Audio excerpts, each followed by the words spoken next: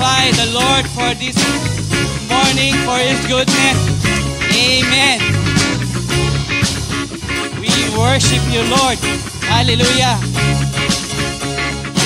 Sing. Enter His gate with thanksgiving and His court with praise. His courts with praise. His gate with thanksgiving, singing great and mighty is His name. Praise Him with the sound of the trumpet. Awit tayong lahat. Praise Him with sound. Amen. Come now and bow in worship, singing great and it is His name. Good, for the Lord is good. For the Lord is good. For the Lord is good, and His mercy endures forever. For the Lord is good. For the Lord is good. For the Lord is good. For the Lord is good, and His mercy endures forever. For the Lord is good. For the Lord is good, and His mercy endures forever. Hallelujah. Jesus the Son is exalted, Maker of everything. Of everything. Come now and bow in worship. Lift our hands in praise. Raise your voice and sing. For the Lord is good. For the Lord is good. For the Lord is good, and His mercy endures forever. And for the Lord is good. For the Lord is good. For the Lord is good, and His mercy endures forever. For the Lord is good. For the Lord is good. For the Lord is good. For the Lord is good, and His mercy endures forever. Minsan pa po, for the Lord is good. For the Lord is good. For the Lord is good. For the Lord is good, and His mercy endures forever. For the Lord is good. For the Lord is good, and His mercy endures forever. Yes, Lord. For the Lord is good. For the Lord is good. Tunay nga po, Diyos. Napakabuti mo. For the Lord is good. We experience your goodness. For the Lord is good, and His mercy endures forever. For the Lord is good, and His mercy endures forever. For the Lord is good. For the Lord is good, and His mercy endures forever.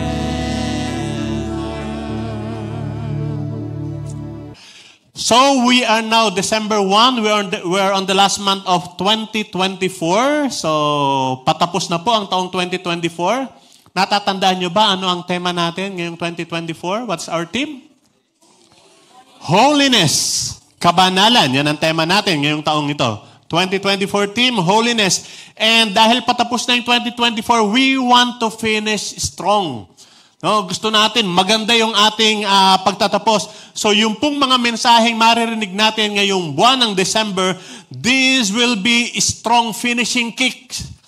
Strong finishing kicks for this team. At bago po matapos itong taong ito na 2024, at magpalit tayo ng bagong tema, another team na naman for 2025, bago matapos to, kailangan magkasundo po tayo tungkol sa kabanalan, ano nga ba ibig sabihin ng holiness?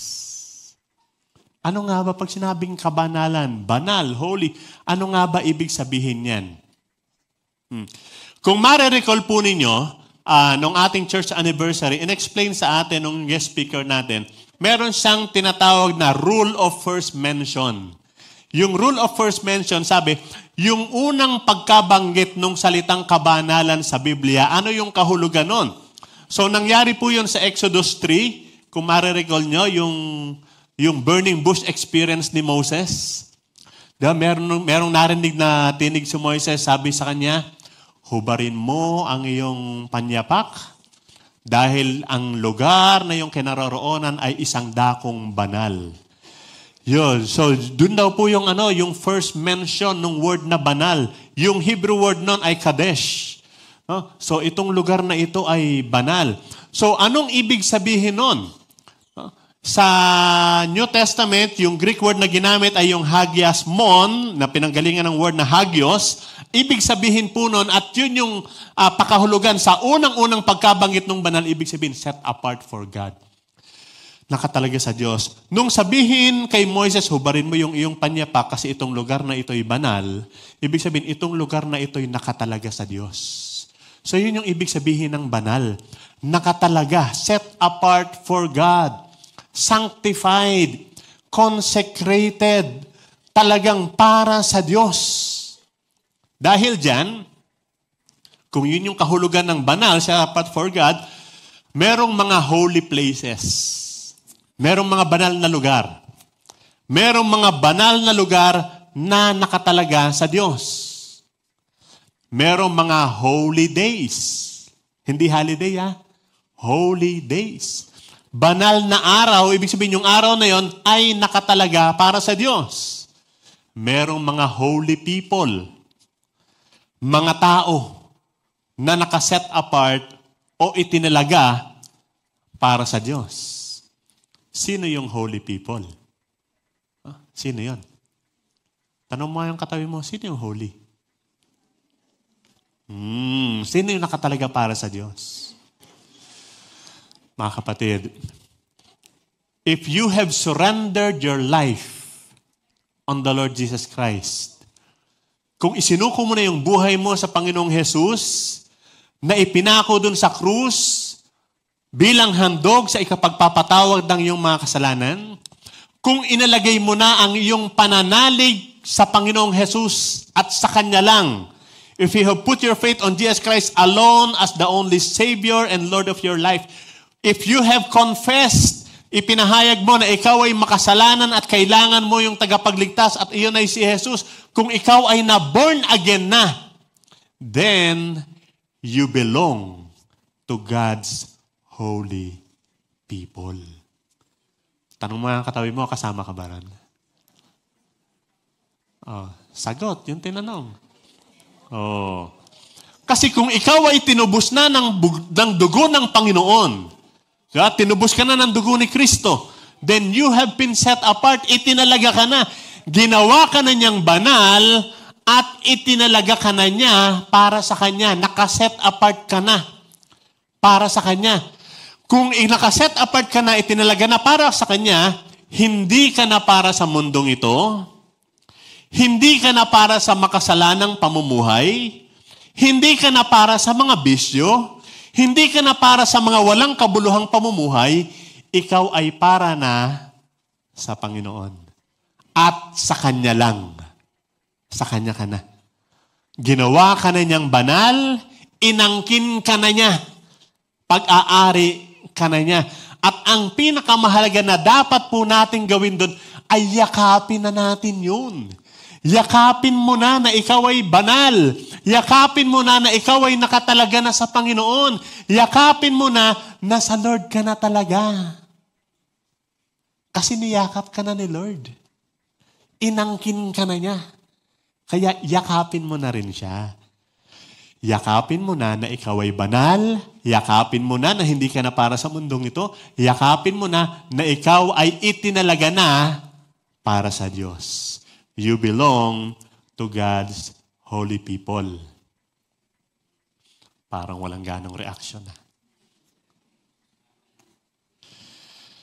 Alam niyo po kasi minsan, Yun yung weakness natin. Weakness natin minsan yun eh. Hindi natin ine-embrace. Hindi natin niyayakap kung sino talaga tayo. Hindi natin niyayakap yung identity natin. Minsan nga parang hindi natin tanggap eh. Na ganun pala tayo. Example. Alam niyo yung yung kanta. Tayo'y mga Pinoy. Hindi tayo kano. Huwag kang mahihiya kung ang ilong mo ay. Pinoy tayo eh. Pinoy tayo. Di ba? Yakapin mo yung pagiging Pinoy mo kung ganyan man ang iyong ilong, Pinoy tayo. Yakapin natin yan. Di ba? Minsan kasi yung identity natin ayaw nating yakapin. Parang mas gusto natin yung identity nila. Parang mas gusto natin sila. Yun yung pagiging Pinoy. Yung pagiging MCFer. Yakapin. Kung taga-MCF ka talaga, yakapin mo yung pagiging taga-MCF mo. Yakapin mo, suportahan mo, itaguyod mo yung pagiging MCFer mo. Paano? Pag-pray mo MCF. Ano lang to eh. Papaano yayakapin yung pagiging MCFer? Ano to? PSP. PSP. Napatingin sa akin si Kuya Kim nang sabihin kong PSP. PSP lang ang kailangan. Pray, support, participate. Kung ikaw ay taga-MCF talaga, you pray, you support, you participate sa MCF. Kasi pagkang walang PSP, para kang hindi taga-MCF. Di ba? Parang hindi ka MCF, pero hindi mo pinagpipray, hindi mo sinusuportahan, hindi ka nagpa-participate. So kung taga-MCF ka talaga, yayakapin mo. You pray, you support, you participate. Kaya nga po yung panawagan natin ngayon, yakapin natin, taga-MCF ka. Yakapin natin yung growth class po natin. Yung alas 9. Yung alas 9 na umaga. Ang ganda ng trainings natin kanina. Ano pinag-usapan kanina? Visitation. Ang ganda ng topic kanina, visitation. At ang ganda mula nung naka-4 na Sundays na tayo sa ating growth class about evangelism. One verse evangelism. Sa susunod na linggo, ipag-aanyaya ko alas 9. Participate tayo. Suportahan natin. Sa susunod na linggo, anong topic na sa susunod na linggo? Lahat ng posibleng tanong na pwede niyong ma-encounter pag nag-share kayo ng gospel, itanong niyo na sa linggo. Para masagot na natin at alam niyo na rin kung paano niyo sasagutin pag kami nagtanong sa inyo. So, yun sa Sunday. Yakapin natin yan. Yung simbang gabi natin, yakapin natin. Kasi taga-MCF tayo eh. Diba? Yakapin natin. Yung tema natin next year. Anong tema natin next year? Equipping. Ngayon, holiness. Next year, ang tema natin, equipping. Yakapin natin yun. Kailangan ma-equip tayo for church planting. Lahat ng programa, lahat ng gagawin natin, ang layunin natin, makapag-win tayo ng mga tao para sa Panginoon. So, yakapin natin yan kung sino tayo. Let us embrace. No? Yakapin na natin. Kapatid, yakapin mo na ikaw ay itinalaga na para sa Panginoon. Si Lord may-ari sa'yo. Sabi mo sa katabi mo, si Lord may-ari sa'yo. Kay Lord ka na. So, yakapin na natin yan, yung identity natin yan. Dahil yan yung identity natin. Yung tayo'y banal, tayo'y itinalaga na para sa Panginoon. So, let's now go back to our text. Binasa natin kanina Hebrews 12, 5-14. Pero yung pinakahuling verse na binasa natin, yung verse 14, sabi doon, make every effort to live in peace with everyone and to be holy. Without holiness, no one will see the Lord. Sabi, kung hindi ka banal, hindi mo makikita si Lord. Tanungin mo yung katabi mo, gusto mo ba makita si Lord? Tanungin mo. Baka sabi mo, wag mo na ngayon. Wag mo na ngayon. Pero, kidding aside, baka sinisip niya yung makita ka agad si Lord. Kung sa bagay, totoo naman yun, yung sinasabi natin. Pag sinabing makikita si Lord, yung papasok sa kanyang kaharian, ibig sabihin yung kaligtasan, nandun tayo sa langit. Pero alam niyo ba, ngayon pa lang, pwede na natin makita si Lord. Pwede na makita si Lord. Paano ba natin nakikita si Lord? Di ba pagka meron kang mga answered prayer, parang kitang-kita mo si Lord. Diba? Pagka meron mga blessings, wow, andyan talaga si Lord. Diba? Nakikita mo, nararanasan mo si Lord. Diba? So, kung gusto mong makita, maranasan si Lord, dapat, sabi doon, without holiness, hindi mo ma-experience yun. But today, we will talk about one very important aspect, isang napakahalagang aspeto ng kabanalan na hindi ganong pinag-uusapan.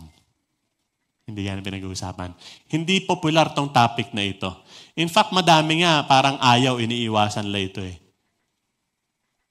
Ano yun? Holiness and discipline. Parang sabi lang, holiness and discipline. Di ba? Anong nararamdaman nyo kanina during scripture reading habang binabasa yung Hebrews chapter 12? Ang binasa natin, it's about discipline. So ito pong discipline ay isang napakahalagang aspeto po ito ng kabanalan. In Hebrews 12 verse 10, isa ito sa mga binasa nating verses kanina, in Hebrews 12:10, ang sabi po rito, our fathers disciplined us for a little while as they thought best. But God disciplines us for our good, that we may share in His holiness. I-analyze po muna natin itong verse na ito. Analyze natin to. Our fathers disciplined us for a little while as they thought best, but God disciplines us for our good, that we may share in His holiness. Anong makikita natin dito? Mga kapatid, discipline starts at home. Ang disiplina nagsisimula sa bahay, sa tahanan. If discipline starts at home, saan natin nakita? Kasi sabi doon, our fathers disciplined us for a little while. Pamilya yung tinutukoy doon. Diba? So if discipline starts at home, parents, let us not neglect that duty. That is our duty. That is our responsibility. Yung discipline. Let us not neglect that duty, and also let us not forfeit that privilege. Privilege yan eh. Baka ma-forfeit. Kasi ito madalas nabanggit even sa seminar, merong window yung buhay ng bata na tayo as parents, yung merong pinakamalaking influence sa kanila. Gamitin natin yan. To discipline them. Kasi pag lumagpas na doon sa window na yon, na meron ng ibang makaka-influence sa kanila, and then hindi mo nagamit yung window na ikaw dapat naka-influence, mahirap mo nang pasukan ulit yun. Ibang window na yun eh. So, discipline starts at home. Sa bahay nagsisimula. May mga pagkakataon, meron akong nakikita, halimbawa sa mga kapitbahay, o kaya sa labas, sa mall, o minsan kahit dito sa church, merong mga bata na parang, minsan gusto kong disiplinahin, gusto ko ang magdisiplina. Kaya lang, pinipigilan ko yung sarili ko, lalo na pagkang nakikita ko nandun yung parents. Bakit? Kasi yung discipline, duty ng parents yun eh. Nandun yung parent. Ayokong agawan. Baka sabihin lang, inaagawan ko sila ng papel. So, sabi ng verse na yan, makikita natin dyan, discipline starts at home. Sa bahay nagsisimula. And discipline is for our good. Yun sabi ng verse. Our fathers disciplined us for a little while as they thought best. And God disciplines us for our good. It is for our good, para sa kabutihan natin yun. Bakit sa kabutihan natin? Sabi doon, that we may share in His holiness. That we may share in His holiness. So, magkasama yung holiness at yung discipline. And then, sabi na, ang topic natin ngayon is holiness in seeing God. At dahil tayo nakatalaga na sa Diyos, we are holy. Alam po ninyo, ang nakatalaga sa Diyos ay nakikita ang Diyos kahit habang dinidisiplina siya.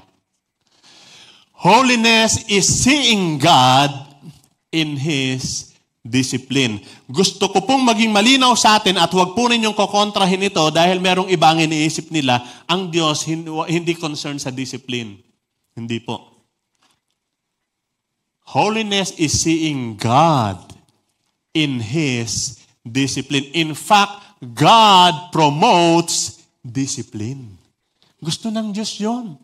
At ito'y nagbubunga, kasama ito dun sa holiness na pinag-uusapan natin. Pero i-define muna natin, ano ba ibig sabihin ng discipline? Pag sinabing discipline, ano yun? What is discipline? Tingnan muna natin. Sabi ng Oxford Dictionary, discipline is the practice of training people to obey rules or a code of behavior using punishment to correct disobedience. Kahit i-check po ninyo sa Oxford Dictionary, kahit online, i-google ninyo, yan yung definition niya ng discipline. Ito po yung pagtitrain sa mga tao para yung mga tao ay matutong sumunod to obey rules, para yung mga tao ay matuto nung code of behavior, nung tamang behavior, using punishment para i-correct yung pagsuway. Si Webster naman, ito sabi ng Merriam-Webster, discipline is to punish or penalize for the sake of enforcing obedience and perfecting moral character. Pag sinabing disiplina, kay Oxford, meron ding punishment to correct discipline. Kay Merriam-Webster, to punish, kagad yung sinabi niya, or penalize for the sake of enforcing obedience para matutong sumunod. At yun din yung sinasabi ni Oxford, para din to obey rules, para matutong sumunod. And kay Webster, dinutukuan niya pa, perfecting moral character. Pero pareha sila na merong binabanggit about punishment. Alam po niyo yung salitang discipline, nanggaling yang sa Latin word na discipulus. Discipulus. The Latin word for pupil or student. At dyan din ang galing yung word na disciple. Diyan din ang galing yung word ng disciple. Discipulus, parang Tagalog lang, no? Disipulo. O pagka naglalatin pala tayo, discipulus. Disipulo. At yun pong unang paggamit ng word na discipline. The earliest known use of the word discipline appears to be punishment-related. Pag sinabing discipline, related sa parusa. Related po yan dyan. Pero alam po niyo sa panahon ngayon, sa panahon natin sa ngayon, parang nabago na yung pananaw o pakahulugan sa salitang disiplina. Ang emphasis ngayon ay more on positive reinforcement. Dahil ang pinakamahalaga daw ngayon ay yung development ng self-esteem ng mga bata. Para magkaroon sila ng positive self-worth so that they would become confident and self-reliant. Kaya yung discipline, hindi na ginagamit yung parusa. In fact, bawal na nga ngayon gumamit ng punishment. Bawal na yung pamamalo. Kahit na yung pagsabi ng mga negative instructions, yung no, yung huwag, bawal na rin daw yun. Dahil baka daw maapektuhan yung self-esteem at yung self-confidence ng bata. Hindi ko alam kung kailan makikita ng mga tinatawag nating behavioral experts na ang sobra at hindi balancing emphasis sa self-esteem, it has a strong tendency to produce spoiled, self-centered, overly sensitive, disobedient, and rebellious children.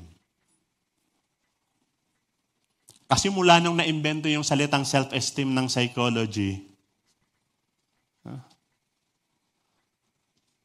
at hindi ko alam kung kailan lang marirealize na yung positive reinforcement at reward system na ina-apply ay pinagsisimulan ng practice of bribery at a very young age. Bata pa, kailangan suhulan mo na. Anak, mag-aral kang mabuti. Ayaw mag-aral, ito para mag-aral ka. Di ba yung pag-aaral para sa kanya yon? Kailangan mo suhulan para mag-aral. Kasi yun daw yung positive reinforcement. Kami noon, pag hindi ka nagbasa, palo ka eh. Ngayon, bawal na yon. Kailangan puro positive. Kaya bata pa, susuhulan mo na, anak, maghugas kang pinggan. Ayoko. Eto, para maghugas kang pinggan. Imagine, bata pa, sinusuhulan na mula sa bahay, kaya hindi ka magtataka. Mga nasa gobyerno, mga nasa trabaho, lahat kailangan mong suhulan. Kasi yun daw yung positive reinforcement. Hindi ko alam kung kailan marirealize ng mga behavioral experts yun. Pero nakikita naman natin lahat. I am for the return to the original meaning and intent of discipline as it was used in the early days. Yung original meaning, laging may kasamang punishment. Balanse, meron din namang rewards. Binabalanse, wag naman yung sobrang gano'n na behavioral scientist din po ako. So from our text, let us look at God's methods of discipline for holiness. Ulitin ko po. Ang Diyos, hindi niya kinokontra ang discipline. In fact, pinopromote niya. At meron siyang pamamaraan ng pagdisiplina para sa kabanalan. Meron po tayong makikita ang 3 method ng Diyos na ginagamit niya kung paano siya nagdidisiplina. At yun po yung binasa natin sa text kanina. Merong 3 bagay doon. First method na ginagamit ng Diyos sa pagdisiplina, rebuking. Rebuking. Rebuke. In Hebrews chapter 12, verse 5, ito yung nabasa natin dyan, in verse 5. And you have forgotten that word of encouragement that addresses you as son. My son, do not make light of the Lord's discipline, and do not lose heart when He rebukes you.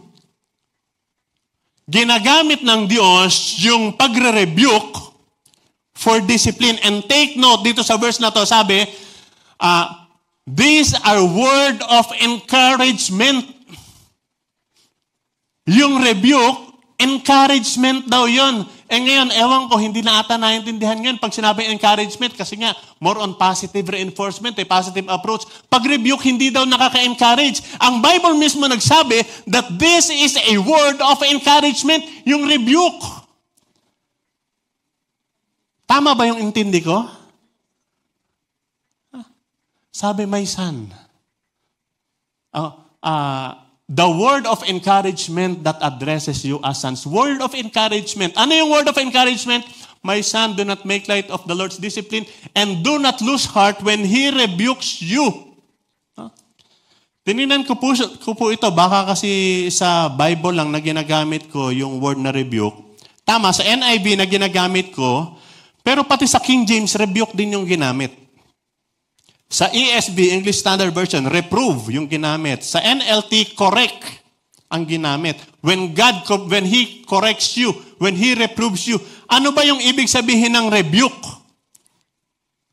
Ano ba ibig sabihin nun?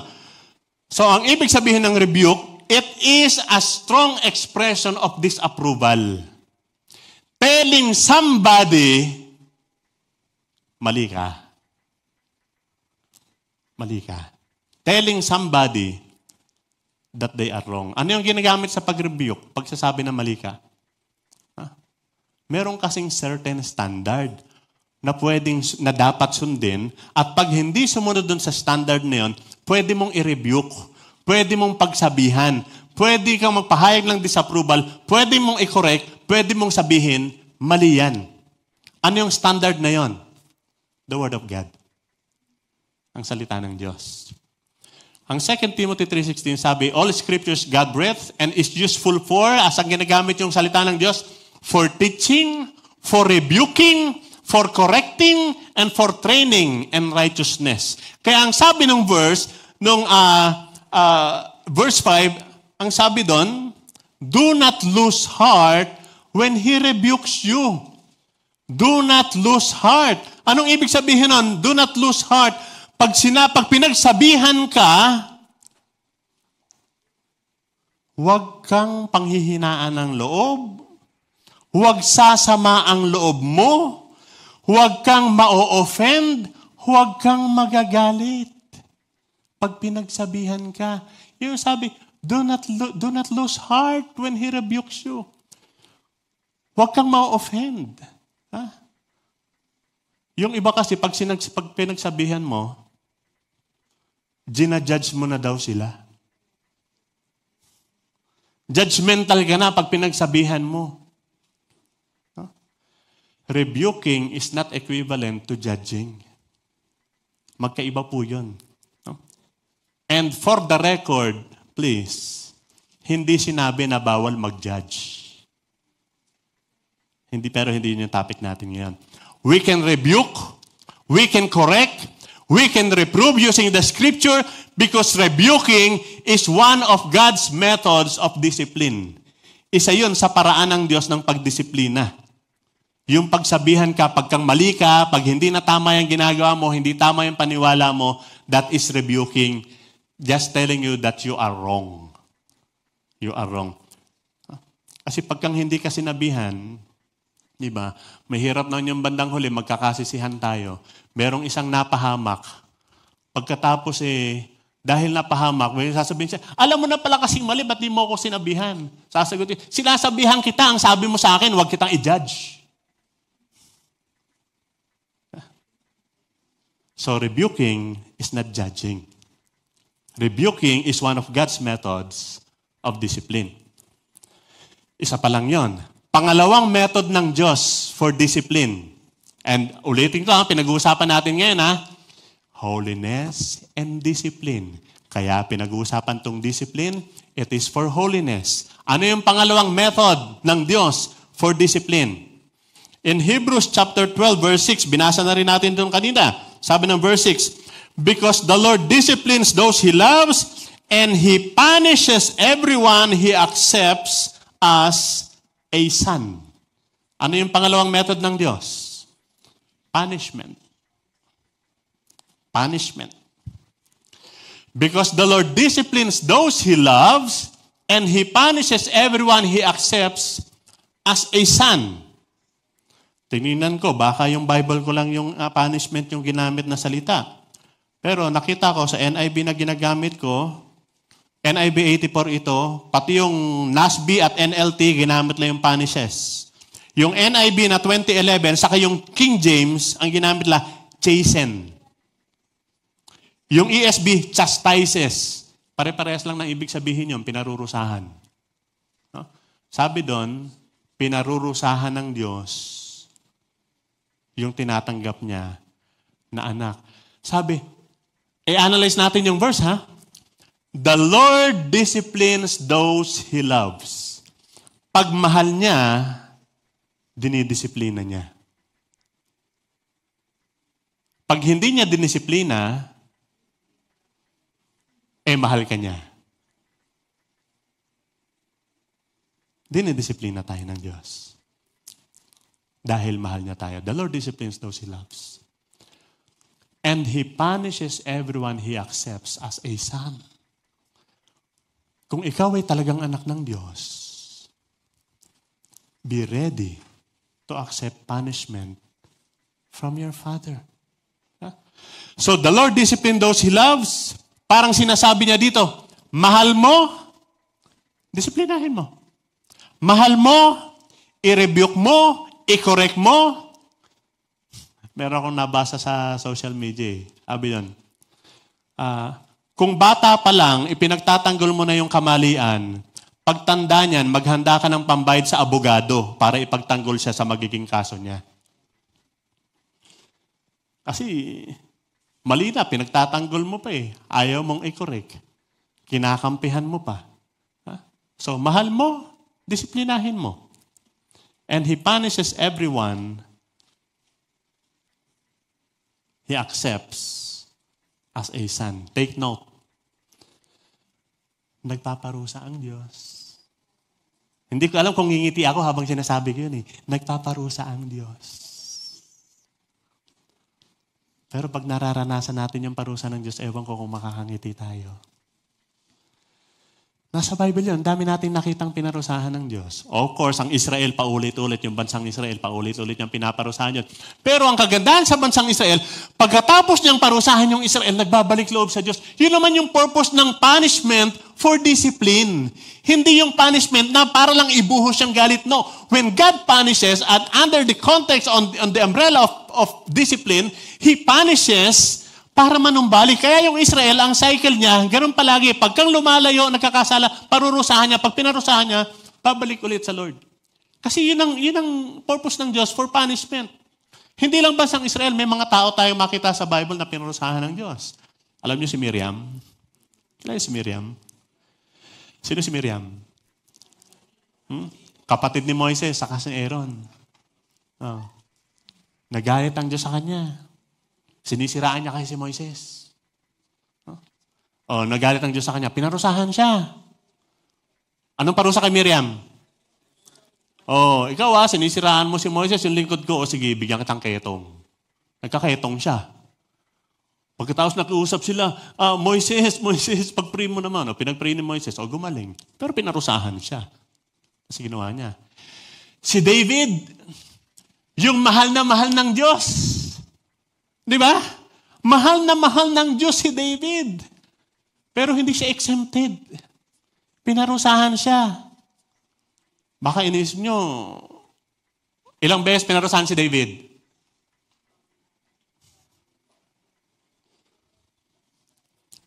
Nung nag-commit siya ng adultery, pinarusahan siya. Pinarusahan siya doon. Hindi porque malapit siya sa Diyos, okay na siyang mag-commit ng adultery, okay na siyang hindi. Diba? Pag kang may kasalanan, pinaparusahan ng Diyos, bakit gusto niyang ituwid si David? So, nung pinarusahan niya si David, balik siya sa pagiging paglilingkod sa ating Diyos. Pagkatapos later on, pinarusahan pa ulit siya, bakit nagpasensus siya? Nagpasensus siya, nagalit ang Diyos sa kanya. Sabi ng Diyos, pumili ka, anong parusa sa'yo? 3 araw, 3 buwan, 3 taon. 3 araw na lang. Sa New Testament, meron ba kayo alam na pinarusahan sa New Testament? Meron akong alam na pinarusahan Member pa ng church. Sa Acts chapter 5. Kaya lang matindi yung parusa doon. Sana wag umabot sa ganon yung parusa ng Diyos. But God punishes everyone He accepts as a son for the sake of discipline. Sa pagtutuwid. Para umayos ang buhay. Para bumalik sa Kanya. God punishes. Hindi applicable dito yun. Baka nagtatalo yung isip nyo. Di ba akala ko, there's now no more condemnation to those who are in Christ Jesus. Yung punishment for discipline, hindi condemnation yun. Hindi yan. No? Pero ito, ano ko na to? Personal belief ko na to. A lot of times, madalas, hindi na kailangan parusahan.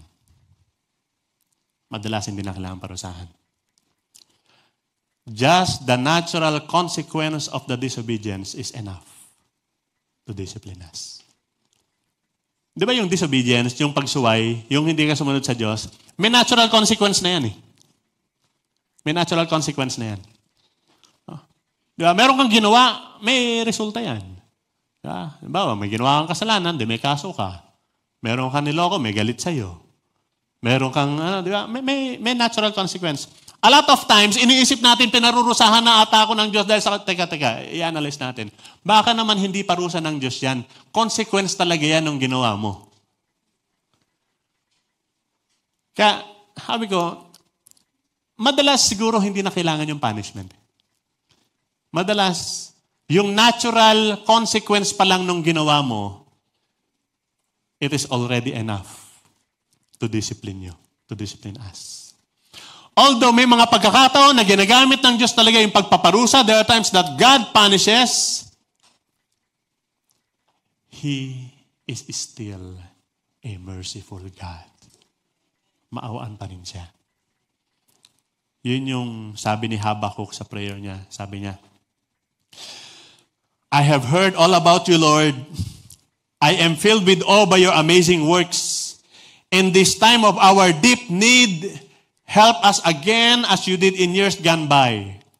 And in your anger, remember your mercy. Lord, kahit na galit ka na, maawa ka. Kaya madalas yung expression natin, may awa ang Diyos. Totoo po yun. Kasi kung talagang ibubuhos ng Diyos yung dapat na parusa para sa atin, baka hindi natin kayanin. May awa ang Diyos. Minsan hindi na tayo kailangang parusahan. Yung consequence na lang yung ginawa natin. Enough na para madisiplina tayo at bumalik tayo sa Kanya. Although it does not change the truth na sabi ng Scripture, punishment is another method of God's discipline. Pangatlo, Hebrews 12 verse 7, binasa rin natin to in verse 7. Ito sabi, endure hardships as discipline. God is treating you as sons. For what son is not disciplined by his father? Kita nyo talagang sa family context palagi yung sinasabi about discipline. Meron pang sinabing verse, di ba? Ang hindi lang dinidisiplina yung anak sa labas. Pag hindi ka totoong anak, hindi ka talaga didisiplinahin. Pero kung ikaw ay totoong anak, didisiplinahin ka. Endure hardships as discipline. Analyze natin tong verse na to. Sabi, ano ba yung hardships? Pagtitiis. Pagtitiis. And it is a part of our calling as sons. Hindi po tayo exempted dito. Walang exempted dito. Ginagamit ng Diyos yung pagtitiis o paghihirap para sa ating disiplina. Para tayo ay ihanda o sanayin at maging matatag. Diba, nung nakaraang Olympics, bilib na bilib tayo doon sa Pilipino nung naging gold medalist. Dalawa pa yung gold medal niya. Bilib na bilib tayo. Bakit? Kasi marami sa atin naiinggit doon sa mga premyo niya. Sana all. Diba? Pero kung sabihin kaya sa atin ng athlete, sana all nagtitrain katulad ko. Kaya mo ba yung training na yon? Ano yung sikreto ng matatagumpay na athletes? Mahirap na trainings. Ano yung sikreto ng mahusay na sundalo? Mahirap na trainings. Yung pagtitiis sa hirap, ito'y nagbibigay sa atin ng katatagan at ginagamit ng Diyos yung mga paghihirap na pwedeng dinadanas natin para sanayin tayo at patatagin tayo. Kaya hindi tayo exempted dun sa pagtitiis in enduring hardships. A lot of times, especially parents like us who experience difficult times, ba? Mga katulad ko na nakaranas ng hirap sa paglaki, meron tayong kaisipan. Yung naranasan ko, sana wag nang maranasan ng anak ko. Mahirap. We tend to shield our children from hardships. Ayaw nating mahirapan sila. Ayaw nating mapagod sila. Ayaw nating utusan sila. Ayaw nating masaktan sila. Katwiran natin, ayaw nating maranasan nila yung naranasan natin. No? Parang mas magaling pa tayo sa Diyos. Ang Diyos na ating Ama, sabi niya yung kanyang anak, anak, endure hardship. Endure hardship as discipline. I am treating you as my son. Ako yung ama mo, but I will not spare you from hardship. Minsan, parang mas magaling pa tayo sa Diyos eh. Ayaw natin yung pamamaraan ng Diyos eh. What we don't realize is that it is the hardships that we experience that molded us to be strong. Think about this. Baka naman, we are denying our children the opportunity to learn to be strong by shielding them from the hardships of life. Mga kapatid, ang isa sa mga observations sa mga younger generations ngayon is that they are weak in facing life problems. Karamihan sa mga kabataan ngayon mahina. They are very prone to anxiety and depression. Why? Kasi karamihan dyan lumaki, iniisip nila life is easy, madali lang ang buhay. Bakit nila naisip na life is easy? Kasi madali yung pinaranas ng mga magulang sa kanila.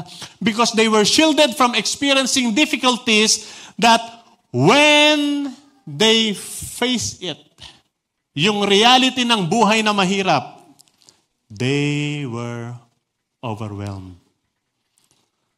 Natawa ako nung meron akong narinig na kwento eh. Merong isa. Hirap na hirap yung kanyang magulang, OFW, padala ng suporta. Yung baon niya napakalaki. Nung graduate siya, nag-apply siya ng trabaho, nakita niya, yung sweldo dun sa in-applyan niya, mas malaki pa yung allowance na natatanggap niya nung siya nag-aaral pa. Sabi niya, ayoko na lang magtrabaho. Mas malaki pa yung allowance ko sa parents ko kaysa sa trabaho. Sweldo sa trabaho.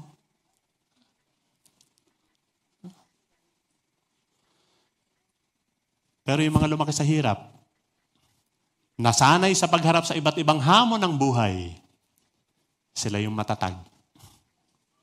Hindi agad sumusuko. No?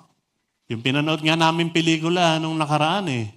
Sabi ko sa mga anak ko, yan ang buhay sa abroad. Akala natin, ang ganda ng buhay sa abroad. Kita nyo, double job, triple job, papakahirap sila. No? Kaya nyo ba yun? Mag-abroad. No? Pero yung mga sanay sa hirap, kakayahan nila yan. Meron akong nakitang quotation, si G. Michael Hopf, ito sabi niya, hard times create strong men. Pakipakita nga yan. Hard times create strong men. Strong men create good times. Good times create weak men. Weak men create hard times. Hard times create strong men. Yung mahirap, nakaranas ng hirap sa buhay, nakahirap ng iba't ibang pagsubok. Anong napoproduce nun? Strong men. Kasi yung hindi strong, hindi magsusurvive. They have to fight to survive. At only the strong can survive those hard times. So hard times, they create strong men. Ngayon, itong mga strong men na ito, dahil sa tibay nila, sa lakas sa tatag nila, they create good times. Gumanda yung buhay. Dahil matatag sila, mahusay sila, magaling sila. Pero dahil magaling sila, yung ganda ng buhay, hindi na nakaranas ng hirap yung sumunod ng mga tao. The good times create weak men. Weak men. And these weak men, they create the hard times. And then cycle ulit. Cycle ulit. Cycle ulit. Tandaan po ninyo, God allowed hardships. God allowed us to endure for our discipline. Alam po niyo, burden ko yan sa mga younger generation. Gen Z, Gen Alpha. I-announce ko na ako sa bahay na pinabook ko na kay Pastor Ron sa January. Meron tayong seminar understanding itong mga generations na ito, lalo na yung Gen Z at Gen Alpha. How to deal with them. Paano didisiplinahin itong mga to. Paano sila palalakin, paano sila tuturuan so that they will be strong. How we can minister to them. January 18, tama ba Pastor Ron? January 18. January 18. Ano yan? Sabado, half day. 1 hanggang 6. Pag-usapan natin yung mga generations na yan. So baka nagtatanong kayo, bakit kailangan pa yung discipline? Para saan ba yon? Pag ba dumaan sa discipline, halimbawa nakaranas ng rebuke o correction, nakaranas ng punishment, o naranasan yung mga consequences sa pagsuway, nakaranas ng pagtitiis ng kahirapan, ano magiging bunga nun? Anong result? Ano yung product ng discipline na yon? Sabi ng Hebrews 12:11, binasa din natin to kanina, verse 11, it says, no discipline seems pleasant at the time, but painful. Later on, however, it produces a harvest of righteousness and peace for those who have been trained by it. Wala naman talagang disiplinang masarap. Walang disiplinang i-enjoy. Lahat talaga yan masakit. Pero later on, it produces a harvest of righteousness and peace. Ito yung madalas ko sinishare kahit sa mga anak ko at sa mga estudyante ALS na turuan natin. Ang buhay, meron talagang masarap at merong mahirap. Ganyan talaga ang buhay. May masarap na parte ng buhay at may mahirap na parte ng buhay. Ito lagi ko sinasabi sila, pipili lang kayo kung anong una. Anong una? Kung gusto nyo mauna yung sarap, pwede naman yon. I-enjoy nyo lang, gawin nyo yung lahat ng gusto nyo. Huwag kayo mag-aral, mag-ano kayo, laro kayo. O puro sarap, pwede naman yon. May enjoy nyo yan, yung sarap na yan. Pero later on, dadating yung hirap. At maniwala ka, maiksi lang yung sarap na yan at ang haba ng hirap. Pero kung uunahin mo yung hirap, magsipag ka, mapagod ka, magtiis ka, mag-aral ka, unahin mo yung hirap. Susunod yung sarap. At maniwala ka dito, maiksi lang yung hirap na yan. Mas mahaba yung sarap. Ang resulta ng discipline, yung hindi pleasant, yung painful na discipline, ang resulta nun, it produces a harvest of righteousness. Diba? Sabi nga natin, anong kinakailangan dyan? Diba? No discipline is pleasant at that time but painful. It produces a harvest of righteousness. Anong minomold doon? Yung character mo. Natututo ka maging patient, natututo kang magtiis, natututo kang maging matatag, natututo ka ng mga bagay-bagay na kinakailangan mo sa buhay.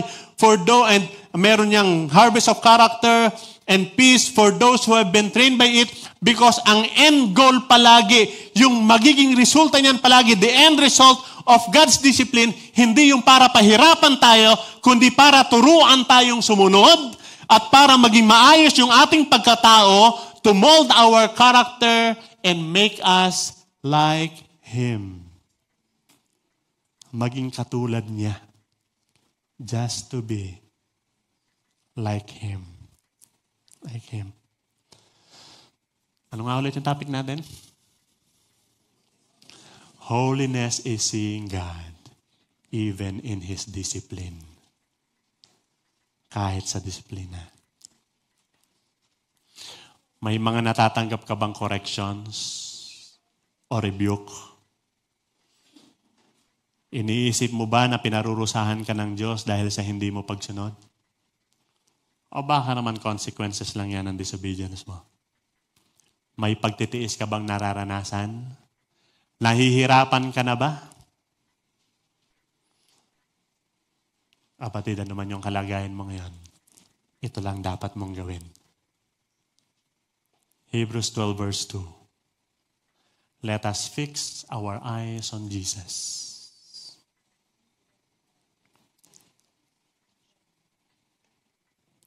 Focus lang kay Jesus. I-fix na natin yung mata natin kay Jesus.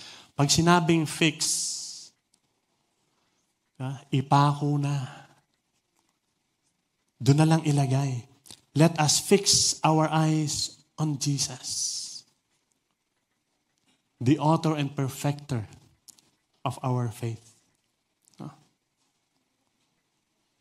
Who for the joy set before Him endured the cross, scorning its shame, and sat down at the right hand of the throne of God.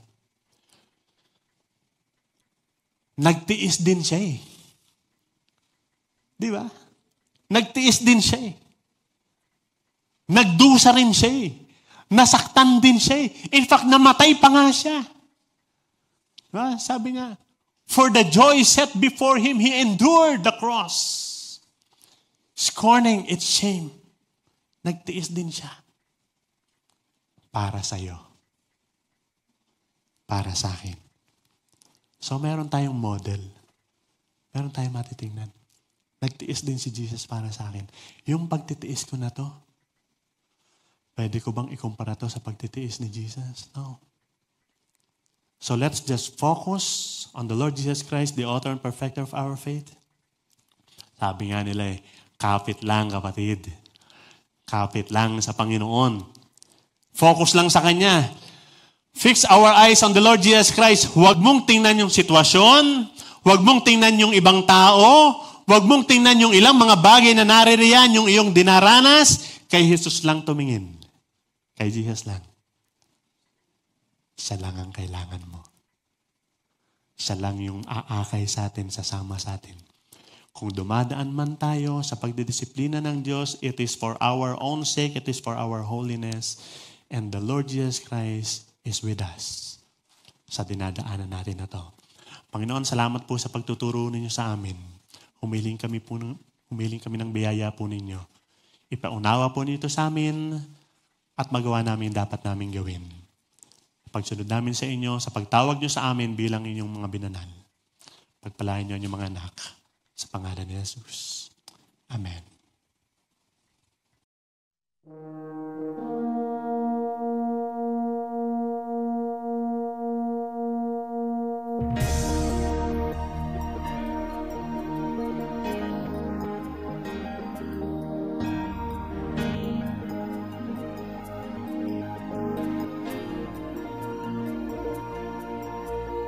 Make us your showcase, an attraction for you, that others may see who you really are,